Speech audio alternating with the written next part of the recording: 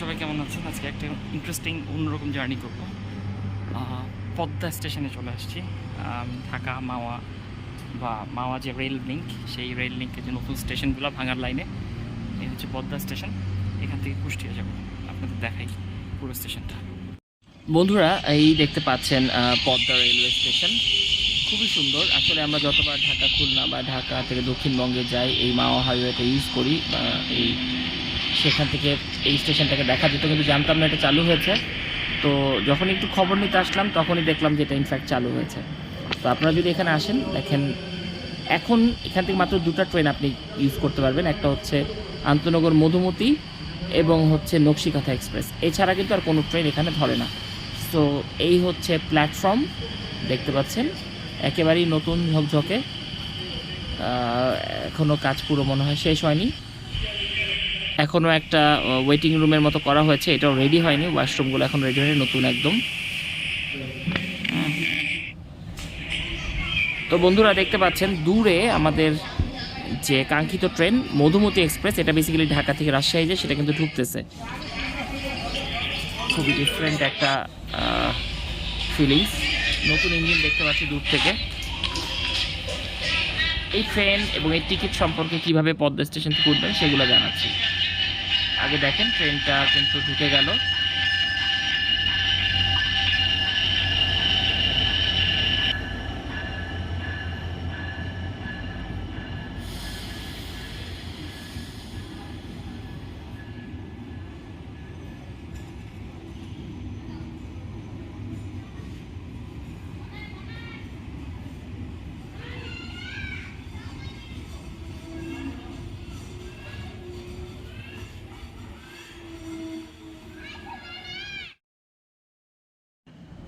বন্ধুরা, আমরা ট্রেনে উঠে বসলাম, এখন সিটটা বেছে নিচ্ছি।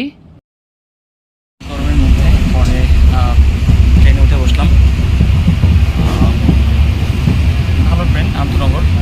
তবে একটা জিনিস ইন্টারেস্টিং হচ্ছে যে কখগুলা ইঞ্জিনের পেছন দিক থেকে, মানে ইঞ্জিনটা এদিকে পেছন দিক থেকে। এখন আমি ইয়ে বগিতে আছি। চলেন যাওয়া যাক কুষ্টিয়া।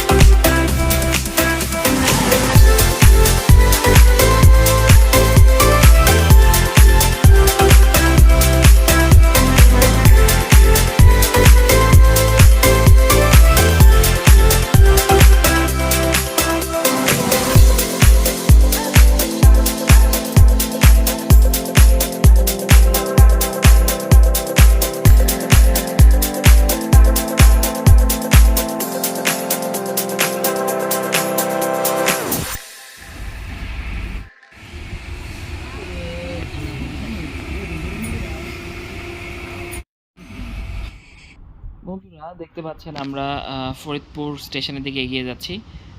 আমাদের গন্তব্য ছিল আজকে কুষ্টিয়া স্টেশন। কয়েকটা কথা বলে রাখা ভালো, আজকে আমরা পদ্মা স্টেশন থেকে উঠেছিলাম, এই দেখতে পাচ্ছেন ফরিদপুর স্টেশন চলে আসছে। তো পদ্মা স্টেশন থেকে কিন্তু আপনি চাইলে কুষ্টিয়া কোর্ট স্টেশন যেতে পারবেন না, এখানে বেশ কিছু ব্যাপার আছে। প্রত্যেকটা স্টপেজের জন্য তাদের ডেস্টিনেশন স্টপেজের কিছু সিট বরাদ্দ থাকে। যেমন আপনি যদি পদ্মা স্টেশন থেকে উঠতে চান, সেক্ষেত্রে আপনাকে পোড়াদহের টিকিট শো করবে, আপনি কুষ্টিয়া স্টেশন বা কোর্ট চাইলে আপনি দেখতে পাবেন না। ঠিক একইভাবে শিবচরের জন্যও আছে, ঠিক একইভাবে ভাঙার জন্য কিছু স্টপেজ বরাদ্দ আছে। এই মুহূর্তে আমি জীবনে প্রথমবারের মতো রাজবাড়ী স্টেশনে চলে আসছি। আমি এর আগে কখনোই রাজবাড়ী ট্রেন স্টেশনে আসিনি। এই রাস্তা দিয়ে অবশ্যই এই ট্রেন ক্রসিংটা আমরা পার হয়েছি গোয়ালন্দ ঘাটে যাওয়ার সময়, বাট স্টেশনটায় এই প্রথমবার।